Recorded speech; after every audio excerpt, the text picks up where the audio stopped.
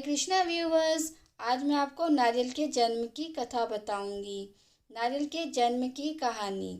नारियल के जन्म की कहानी प्रतापी राजा सत्यव्रत से जुड़ी हुई है। ईश्वर पर अटूट विश्वास रखने वाले राजा सत्यव्रत को स्वर्गलोक का अलौकिक सौंदर्य सदा आकर्षित करता था। वर्षों से पृथ्वी लोक से स्वर्गलोक जाने की कामना उसके हृदय में दबी हुई थी, किंतु ज्ञान के अभाव में वे उसे यथार्थ रूप में परिणित नहीं कर पा रहे थे। एक बार राजा सत्यव्रत के राज्य में भयंकर सूखा पड़ा।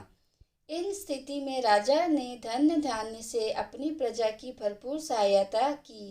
राजा की सहायता प्राप्त करने वालों में ऋषि विश्वामित्र का परिवार भी सम्मिलित था, जो विश्वामित्र के तपस्या के लिए वन जाने के पश्चात भूखा प्यासा भटक रहा था। जब विश्वामित्र तपस्या से वापस आए तब राजा सत्यव्रत की भूरी भूरी प्रशंसा करते हुए उनकी पत्नी ने उन्हें बताया कि कैसे उनकी अनुपस्थिति में उपजी विषम परिस्थितियों में राजा सत्यव्रत ने उनके परिवार की सहायता की। यह सुनकर ऋषि विश्वामित्र आभार व्यक्त करने राजा सत्यव्रत के दरबार पहुँचे। राजा सत्यव्रत ने उनका स्वागत और आदर सत्कार किया और उनके आने का कारण पूछा।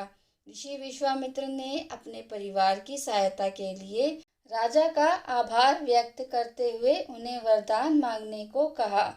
राजा सत्यव्रत ने अपने हृदय में दबी स्वर्ग जाने की कामना का वर्णन कर ऋषि विश्वामित्र से निवेदन किया कि यदि उन्हें वरदान देना ही है तो वरदान स्वरूप उन्हें स्वर्ग जाने का मार्ग बता दे।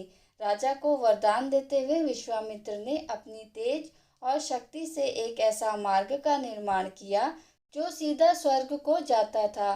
सत्यव्रत उस मार्ग में स्वर्ग के द्वार तक पहुंच गए, किंतु जैसे ही उन्होंने स्वर्ग के भीतर प्रवेश किया, देवराज इंद्र ने उन्हें धक्का दे दिया। सत्यव्रत पृथ्वी लोक पर आ गिरे। उन्होंने देवराज इंद्र की धृष्टता का वर्णन जब विश्वामित्र से किया तो वे अत्यंत क्रोधित हुए और देवताओं के पास पहुँचे। देवतागण विश्वामित्र का बहुत सम्मान करते थे, किंतु किसी मनुष्य को स्वर्गलोक में प्रवेश देने को वे तैयार नहीं हुए। अंततः इस समस्या का एक हल निकाला गया। ऋषि विश्वामित्र ने पृथ्वीलोक और स्वर्गलोक के मध्य एक दम स्वर्गलोक का निर्माण करवाया, जो राजा सत्यव्रत के लिए था। देवताओं को इसमें कोई आपत्ति नहीं थी। राजा सत्यव्रत भी प्रसन्न थे, किंतु नए स्वर्गलोक के संबंध में ऋषि विश्वामित्र चिंतित थे। उन्हें डर था कि कहीं तेज हवा के झोंके से उनका बनाया स्वर्गलोक डगमगा न जाए।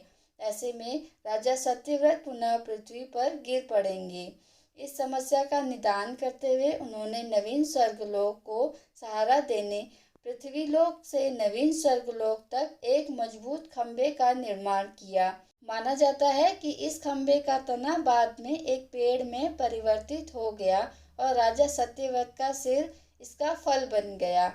इस पेड़ को ही नारियल का पेड़ और राजा के सिर को नारियल का फल माना जाता है। यही कारण है कि नारियल के पेड़ बहुत ऊंचे होते हैं और उनके फल बहुत ऊंचाई पर लगते हैं।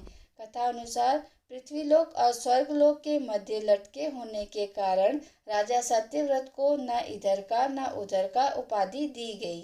तो ये थी नारियल और नारियल के पेड़ की उत्पत्ति की कथा। वीडियो को अंत तक देखने के लिए धन्यवाद।